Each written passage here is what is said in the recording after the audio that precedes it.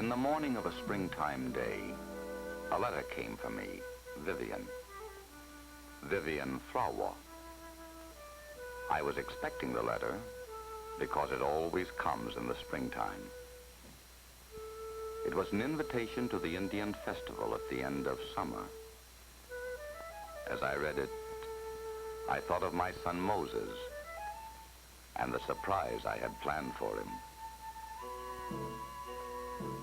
In the tongue of my people, my son's name is Spirit Flower. Sometimes he is not like a flower, but like the colt of a wild horse. Together we looked at the pictures which came in my letter. And then I told my boy I would take him this year to the festival. His face did not become much excited, but I know him well. His heart was like a feather. He has never been away from home.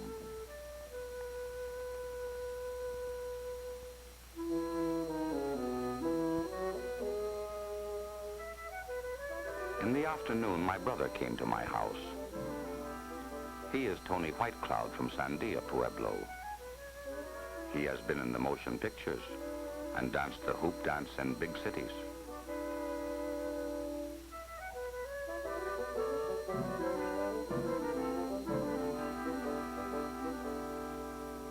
He laughed when he saw Moses trying to dance the hoop dance.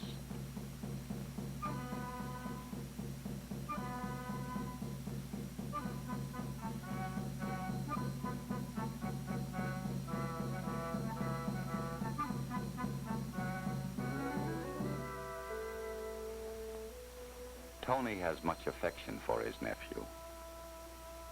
So I was not surprised when Tony agreed to put on his costume and do his big dance for my son.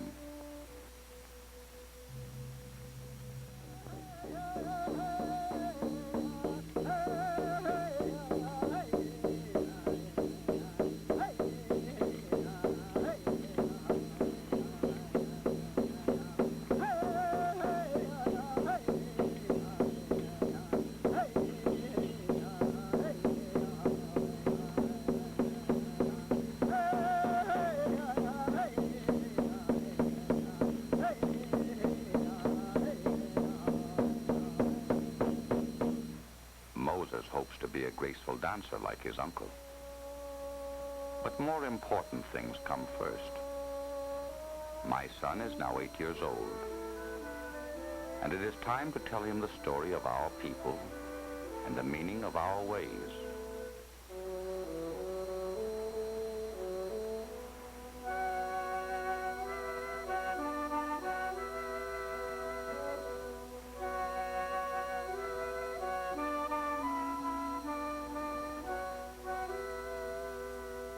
I tell Moses that the Pueblo people have always been peaceful in their hearts.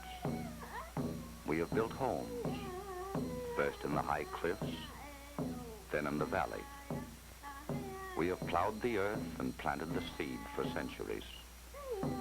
We have defended our villages against the war makers, but never have we gone out to make war on others for the glory of combat.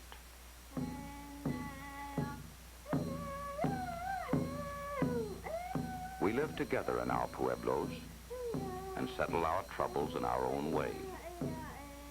We work hard all our lives.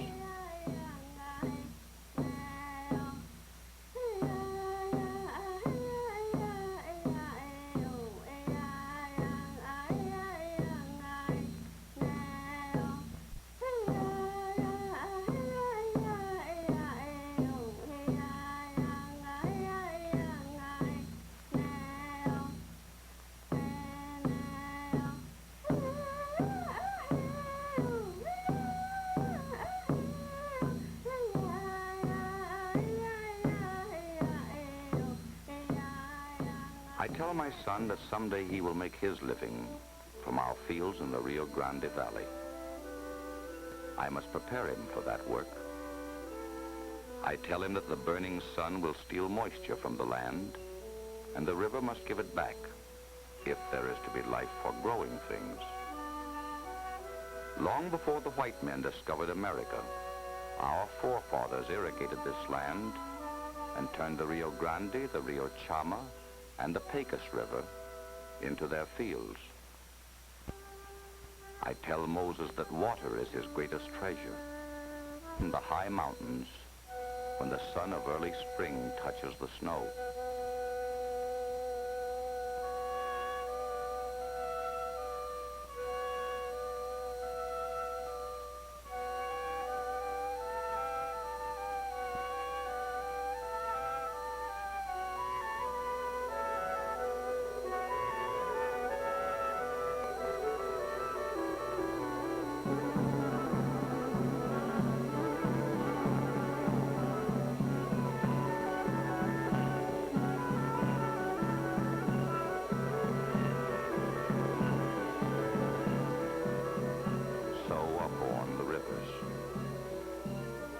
Joy when they run full, our hunger and sorrow when they are dry. It has always been that way. This year the river ran full and the harvest was good. The first ears of corn gave promise of fatness and plenty later on.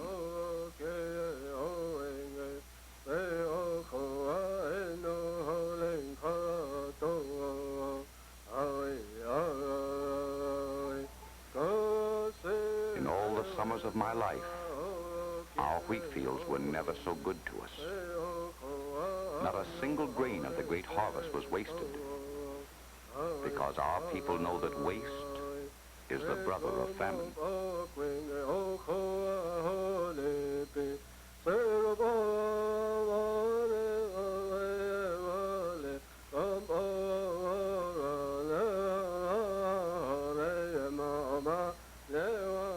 Moses was proud when I asked him to work at my side. In the Pueblos, all must work, because part of each man's harvest belongs to all of us. If one man idles, all suffer. This I tell to Moses many times.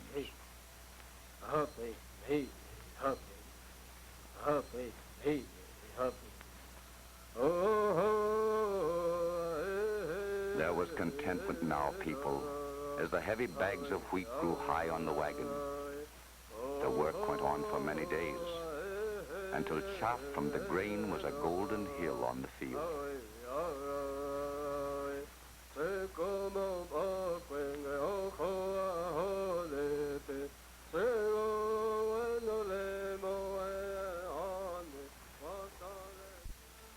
When the school bus came from Santa Fe to get the young men and women of the Pueblos, Moses was sad. He is impatient with the time that must pass before he can go on the bus to the big school. It makes him cry inside to see the others go. But his time will come. He will go. And he will learn how men have tried to understand the world and make it good. He will learn how men have struggled for treasure, for power, or for things that lived only in their minds. He will read what wise men have written, and what he learns will make him strong.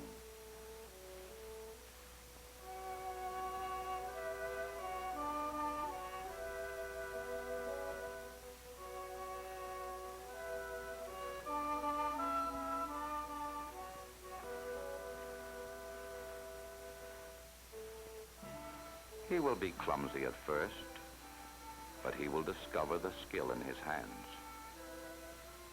This is born with him and can never die in him.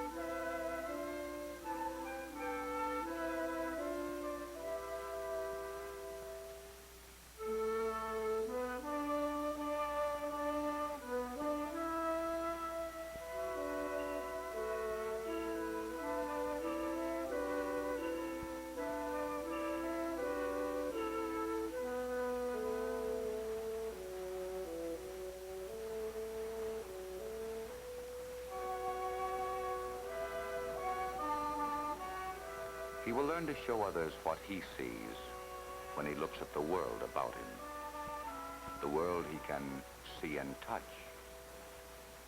It is I who must tell my son of another world that will shape his life and command his devotion. It is the spirit world of our ancestors, the old people who worshipped in their own way 900 years after Christ was born. In this religion, the great mountains that guard us are sacred. The sun is a splendid man in white doeskin striding across the heavens. Lightning is a jagged serpent with a tongue of fire. In this spirit world, there is a giver of light, a gift brought to earth by the eagle to cleanse the heart of our...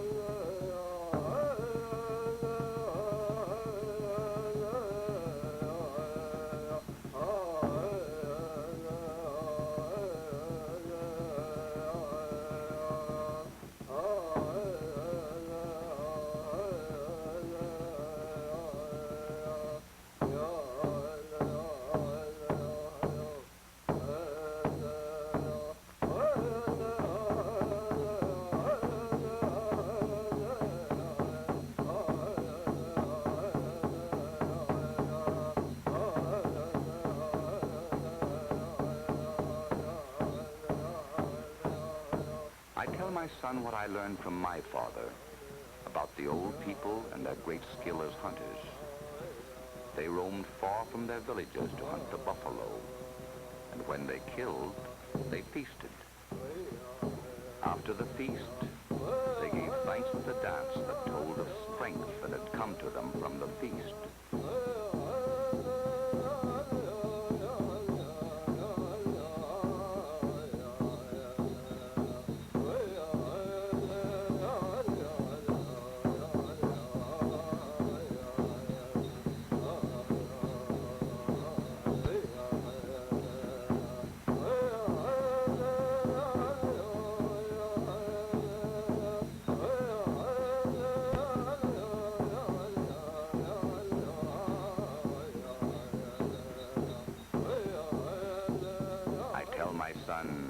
That he must obey the spiritual laws of the old people until he joins them in their honored life after death.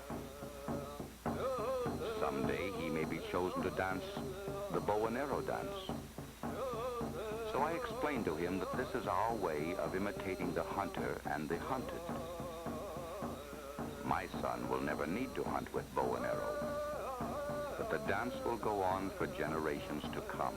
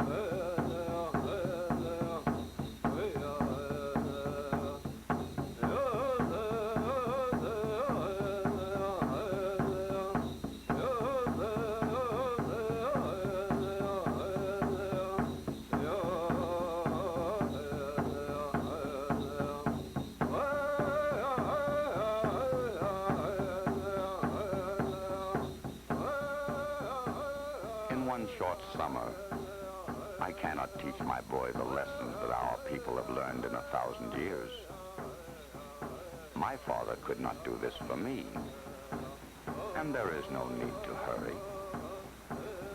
I am giving Moses a good beginning for one so young. Our people believe that a wise teacher knows when it is time to stop teaching. Such a time was festival time. Up and down the Rio Grande Valley, our Pueblo families left their homes for the town of Gallup, New Mexico, where the festival was going to take place. Indians from every reservation on the western plain were on the road to Gallup. Some traveled in wagons, some on horseback, many in trucks and automobiles. We were all happy. I told my son he would see a great gathering of the tribes and make many new friends.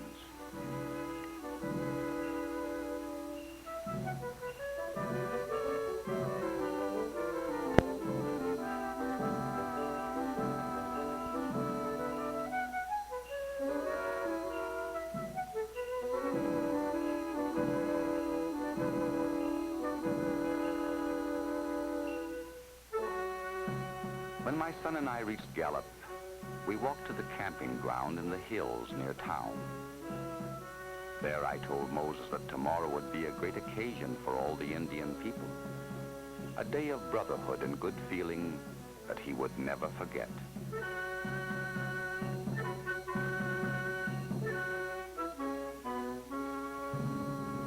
Hearts were pounding when the celebration began. Navajos from the plains came riding on their strong ponies. We were as one great people. The Apaches, Comanches, Arapahoes, Kiowas, Utes, Hopis, Zunis, and ourselves, the Pueblos.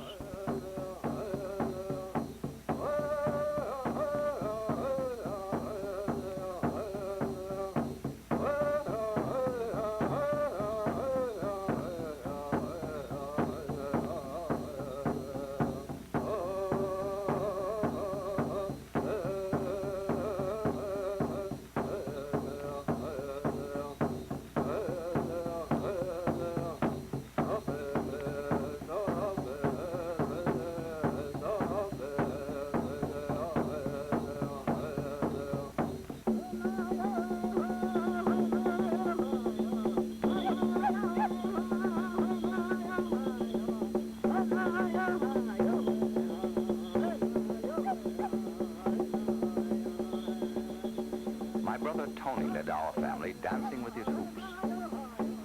Moses followed Tony with a simple hop step that I taught him.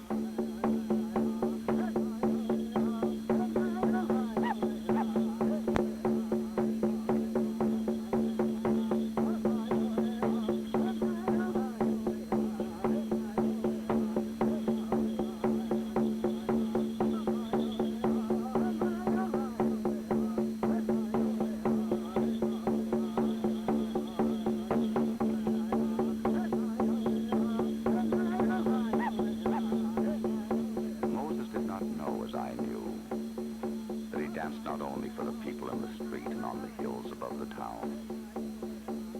He danced also for people he could not see, for the old people,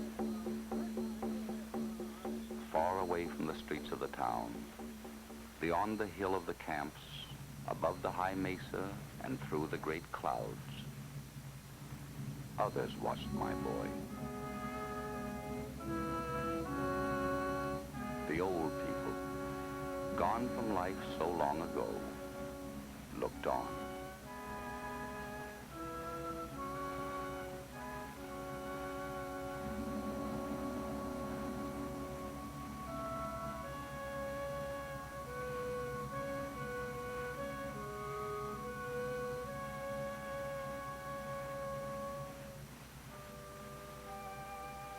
They who know there's a special meaning as well as softness in a cloud. They who know the wind is swept on whirling errands by an invisible master. They who know that rain is a blessing bestowed by a friendly God. They watched my son dance. and they were one with him, leading him in the way of their faith to be always worthy of his heritage as an American.